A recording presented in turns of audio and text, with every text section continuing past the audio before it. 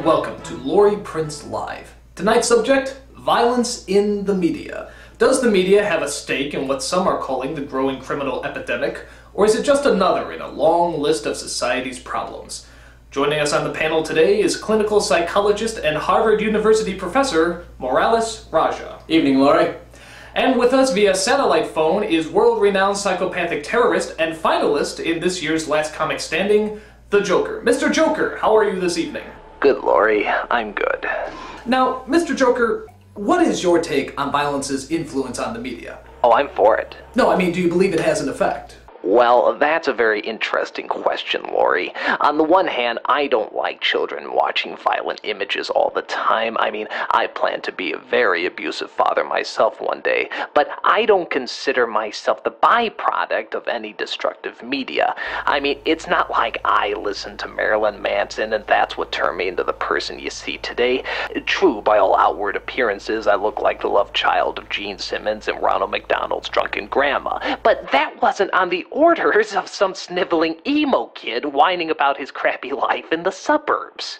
Professor Raja, what is your take on this? Well, while I agree in some respects with what Mr. Joker is saying, Thank you, Professor. I'll kill you last. you have to admit that some of the things that kids get exposed to are way beyond the norm. Oh, that's just preposterous. Is it? Yeah, with all due respect, Professor, people are always trying to explain things away when there's, no explaining to do, Lucy. Lucy? Didn't anyone watch I Love Lucy here? Ricky Ricardo, Ethel, the Mertzes. God, what a bunch of dummies. I watched Mr. Ed. That's just swell. Point being, there is no magic bullet out there. I mean, for example, just take a really good look at me. Look at me! Are you looking? Yes. Good. You think this grin is a product of bad television? Pish-posh poppycock. It's a complex laundry list of various social-economical factors. You can't just pin it on TV. And what did you grow up with as a child? I grew up with Pokemon, Laurie. That little yellow thing that chirps all the time. Pikachu? Yeah, I think he's just darling. But surely the media has had some influence on your everyday life. Oh, well, sure, but it doesn't control what I do. For example, if I was to say, wrap up your dog and cat in explosives and force you to choose between one of them, which would you choose? I suppose I would say my cat. Very wise choice. Fifi? You might want to nickname him Boom Boom. Oh, and Laurie, FYI, only idiots hide their house keys under the doormat. But you see, Laurie, I made that choice. Me, not Pokemon. It's just plain and simple.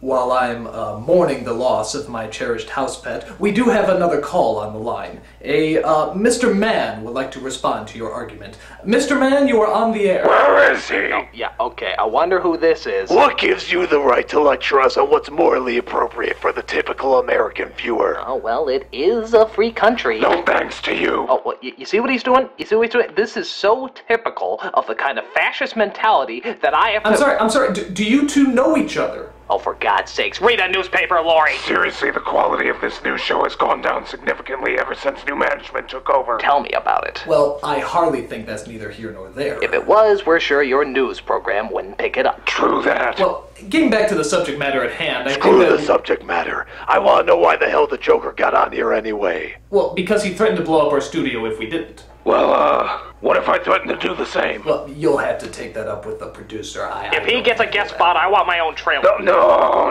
Yes, with all those impossible demands, like a catering table filled with Krispy Kremes and sauerkraut, and a rocking chair that's inflatable, and I want a bowl of M&Ms. Nothing but green M&Ms. No, purple.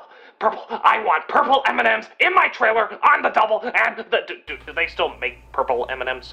I don't think they... Give me some purple M&Ms, Gotham City! Otherwise, I will blow up an M&Ms factory on the hour every hour. You're not getting your purple M&Ms, Joker. Bite me, you overblown wing kite! Professor Raja, your thoughts? Am I gonna die if I don't agree with one of them? Yes!